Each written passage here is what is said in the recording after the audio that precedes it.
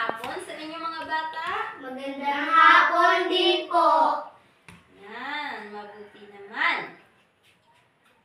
Ngayon, may bago tayong tatalakayin. Bago tayo magsimula sa ating talakayan, atin muna tingnan kung ano ang aking alituntunin.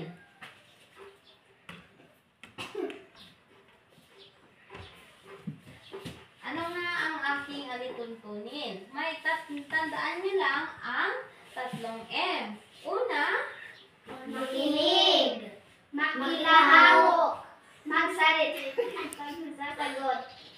yan, very good. Makinig, makilahok, magsalita lamang kapag sasagot. Bago tayo magsimula, magbalik-aral muna tayo. Sa tingin nyo, ano ba yung topic natin kahapon? Ano yung tinalakay natin kahapon?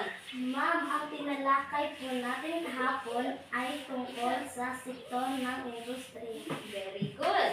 Dahil inyong natatandaan ang ating talakayan kahapon. Kahapon, tinalakay natin ay tungkol sa sektor ng industriya. Ngayon naman kaya, ano ang tatalakayin natin? Ma'am, ang talakay din po natin ngayon ay tungkol po sa sektor ng agrikultura. Very good. At inyong nahulaan kung ano ang topic natin ngayon. Ngayon ay tatalakayin natin ay tungkol sa sektor ng agrikultura.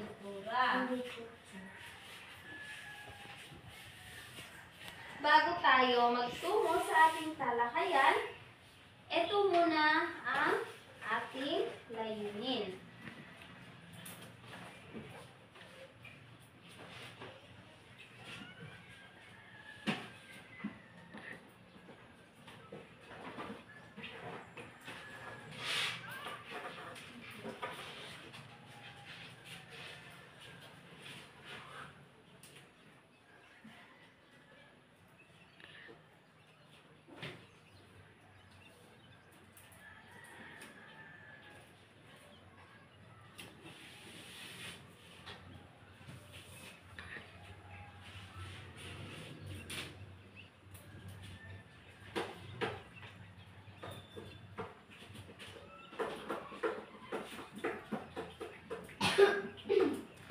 Ito ang aking layunin. Pagkatapos ng talakayan, 75% ng mag-aaral ang inaasahang pakibasa. Una, Tatalakay ang sektor ng agrikultura. pangalawa, Na ipapaliwanag ang bahagi kinakawanan ng sektor ng agrikultura sa ekonomiya at sa bansa. pangatlo, Na ipapahayag ang salawin tungkol sa kasalukuyang kalagayan ng bawat bahagi ng sektor ng agrikultura sa bansa at epekto nito. Tandaan nyo ang ating layunin. Dapat pagkatapos ng ating talakayan, lahat ito ay naiintindihan. Ngayon, simulan na natin ang ating talakayan. Meron ako ditong picture. Sa tingin nyo, ano ito? Liwan. Very good. Ito ay paghahalaman dahil may 4 na sektor ng agrikultura. Ang una ay ang paghahalaman.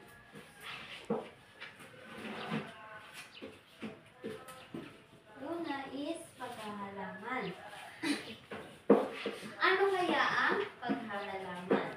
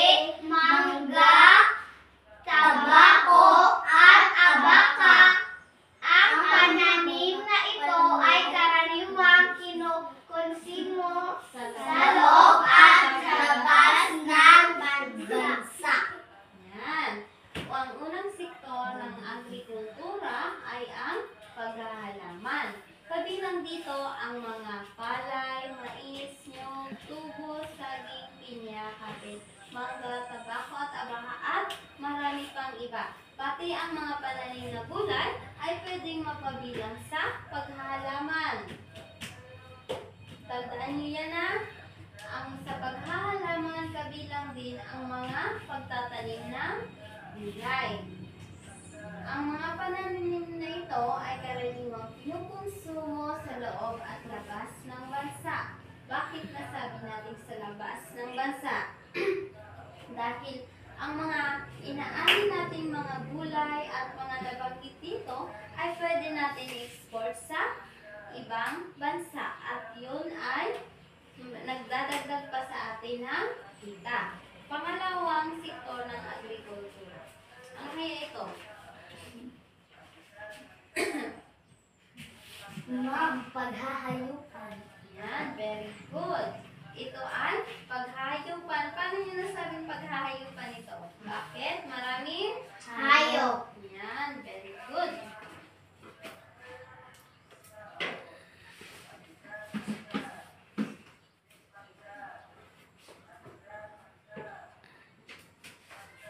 Paghahayupan.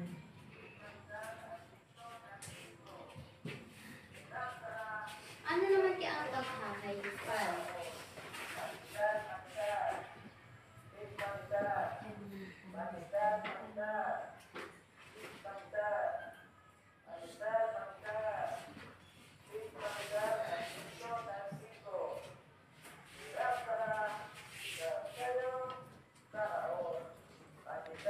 Paghahayupan. Ano kaya ang paghahayupan?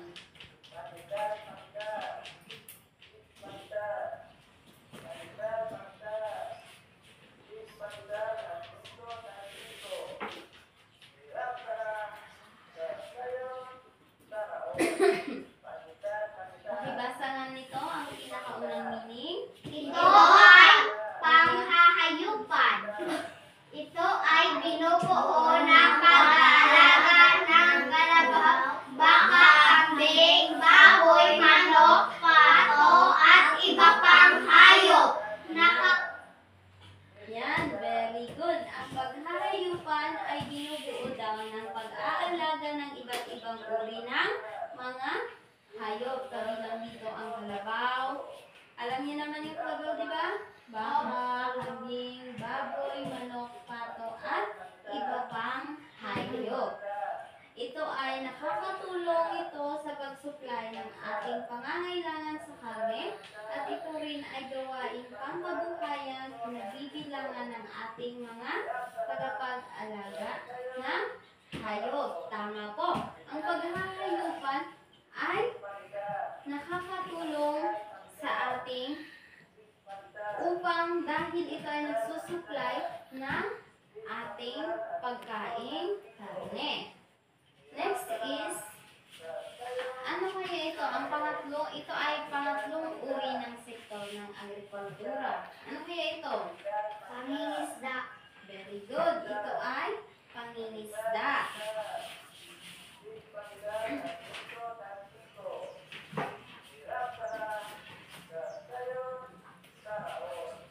Ano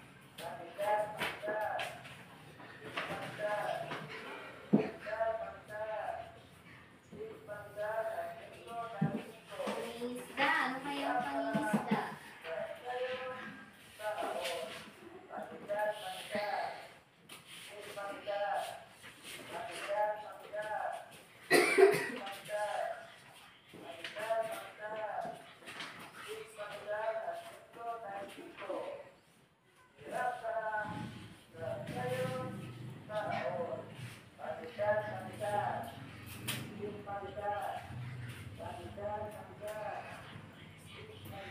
Pangingisda. Ano kaya ang pangingisda? Ang pangingisda ay tinuturing ang Pilipinas bilang isa sa mga pinakamalaking tagatustos ng isda sa buong mundo. Ang pangingisda ay nauuri sa tatlo. Ito ay komersyal, munisipal, at aquaculture. So, ang pangingisda ay makikita lang sa dagat, sa lake, sa ilog wala, sa dagat at sa lake lang ang pangingisda. Ang last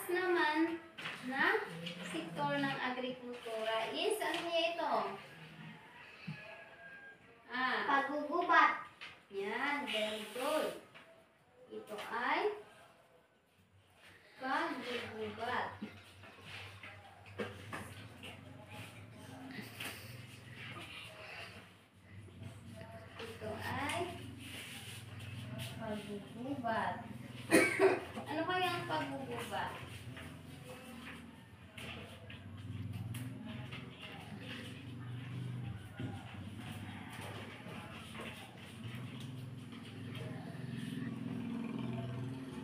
Paggugubat, ito ay isang pangunahing pang-ekonomikong gawain sa sektor ng agrikultura. Mahalaga itong pinagkukunan ng plywood, tabla, troso, at bihir. Nakita niyo naman dito is mga kahoy. Yan ang paggugubat, kung saan ang kahoy ay napapakinabangan natin mabuti dahil yan ay maraming pwedeng gawin tulad ng papel. Dito nga sabi nga gawing plywood, tabla, troso, at liner, at marami pa iba. Ano kaya ang magtungo naman tayo sa halagahan ng agrikultura?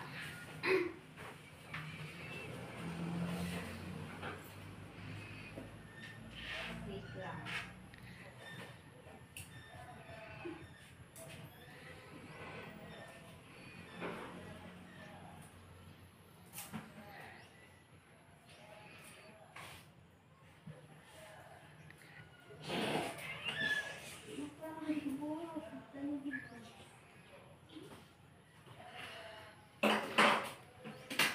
Ano kaya ang halagahan ng agrikultura? Sabi ko,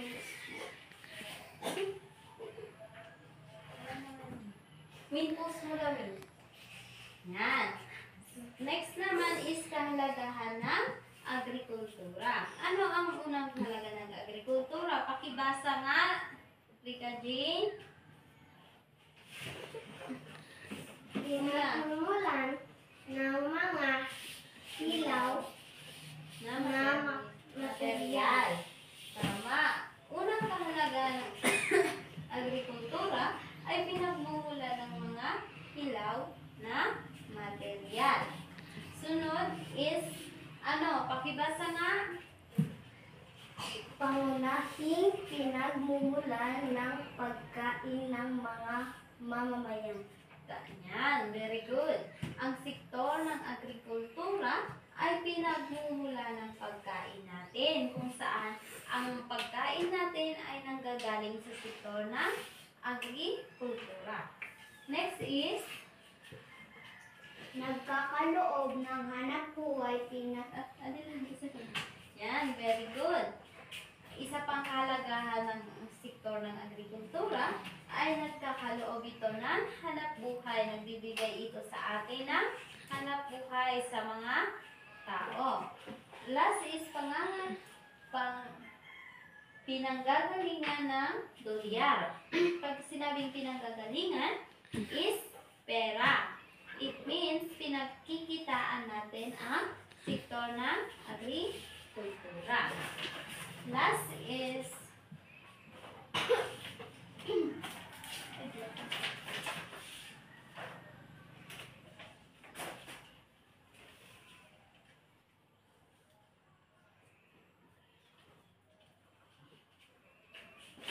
last one na topic natin ay ang mga suliranin sa sektor ng agrikultura.